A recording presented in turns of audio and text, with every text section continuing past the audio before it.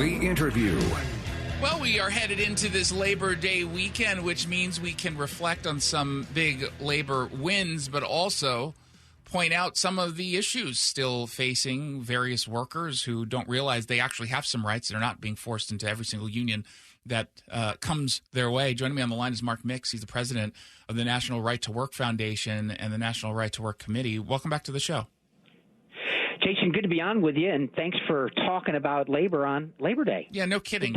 It seems to be rather relevant today. So when you look back just on this year and really the Biden administration, there have been some victories, but also significant pushback, right? Yeah, absolutely. You know, when a president stands up and says that he's going to be the most pro-union president in the history of America, and then through executive action takes actions that basically prove that that's the case, it's interesting to follow what they've been up to. And the one thing that's important to understand is while he says he's pro-union, what he really means is he's pro-forced unionism and he's pro-union boss. Because if you're in the coal industry, if you're mining coal or you're an operating engineer on the Keystone Pipeline or working in the energy field, I mean, Joe Biden has been the worst enemy of rank-and-file union members across the country over the last 2 years. It's just really amazing that a lot of those folks are on the unemployment line because of the most pro-union president in America has put them there.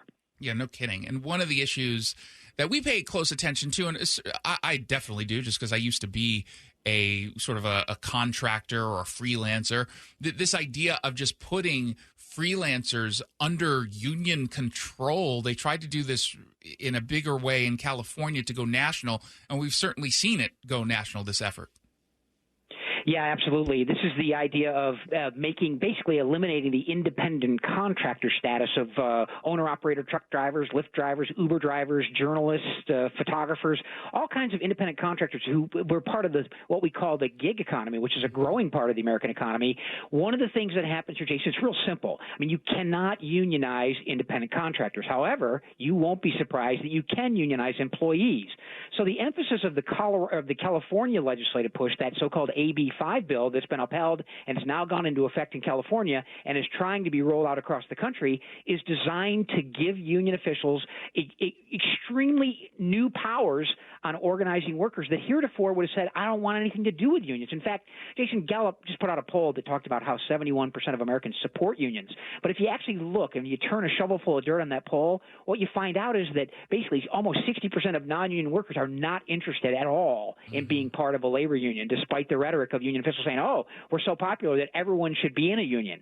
Well, that's the Biden administration's take, but it's not the take of the American majority and those majorities that are, quote, independent contractors and have prospered under the gig economy and now are going to be subject to unionization, particularly in California, for sure. Yeah, what's especially bad about that, not just the worker, but it also increases rather dramatically the cost of doing business, which then gets put onto the customer.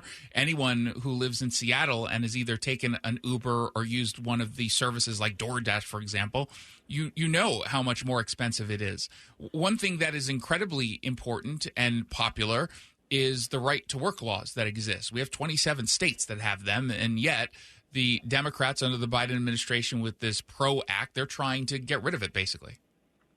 Yeah, absolutely. You know, we passed 5 new right-to-work laws in the last 10 years, including Indiana and Michigan and Wisconsin, West Virginia and Kentucky. It's been an exciting time. And, you know, of course, Jason, as you understand and your listeners understand, right-to-work laws don't stop anyone from joining a union. They just say that union officials can't exercise the power to have you fired from your job if you don't join or pay dues or fees to them. I mean, it's really a simple concept. But, yeah, the PRO Act that passed the House of Representatives back in March with no testimony, no hearings, no nothing, just went right straight to the floor, would first and foremost repeal all 27 right-to-work laws in the country and take us back under a federal regime that was imposed in 1935 that says, yeah, union officials can have you fired if you don't join them and pay dues or fees to them in order to work.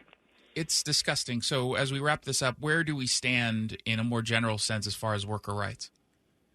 The good news is that workers are responding to this executive power grab by Joe Biden on so many fronts, including the labor union front. You know, if you look at the Amazon fight in Bessemer, Alabama, you find out that a campaign that had international implications where Joe Biden did a special video for the workers there, and only 12% of the workers at Amazon who were eligible to vote voted for unionization, means that most of the stuff you're reading and hearing about is union officials using the large corporate media to promote an agenda that's really not popular with Americans. In fact, we know 8 out out of 10 Americans believe it's wrong to force workers to pay union dues, and I think we're going to grow support for right to work across the country as Joe Biden tries to force it down our throats. That's certainly what the National Right to Work Foundation is about. If you want to learn more, go to nrtw.org. That's nrtw.org.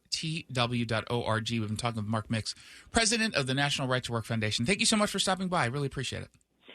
Thanks, Jason. Appreciate you.